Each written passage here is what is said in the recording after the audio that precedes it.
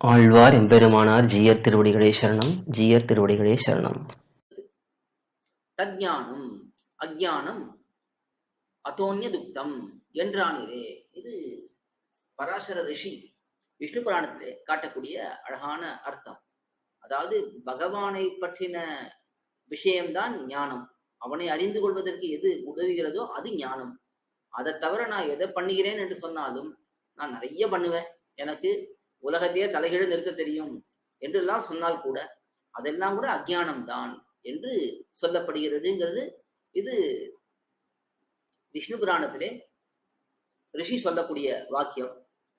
அதை இங்கே எடுத்து காட்டுகிறார். வித்யா சில்ப நைபுண்ணியம் என்று சொல்லுவார்கள்.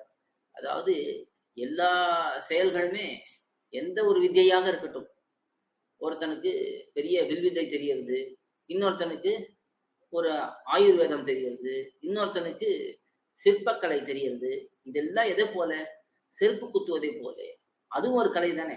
சிற்ப நைபுண்ணியம்னா ஒருத்தன் செருப்பு குத்துவதிலே நல்ல கெட்டிக்காரனா இருக்கான், நம்ம கையில கொடுத்து தைக்க சொன்னா தைக்க தெரியுமா? தெரியாது.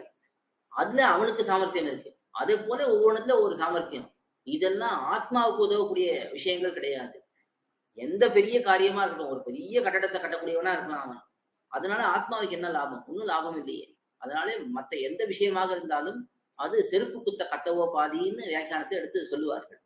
அதுல ஒருத்தர் பெரிய அறிவியல்ல முன்னேறியவரா இருக்கலாம், விஞ்ஞானியா இருக்கலாம், ஒருத்தர் பெரிய சாமர்த்தியத்தை உடையவராக இருக்கலாம். ஆனா ஆத்ம விஷயத்திலே அவர்களுக்கு ஞானம் இல்லை என்றால் மற்ற விஷயம் எல்லாம் பிரயோஜனமற்று போய்விடும் என்று காட்டுகிறார்.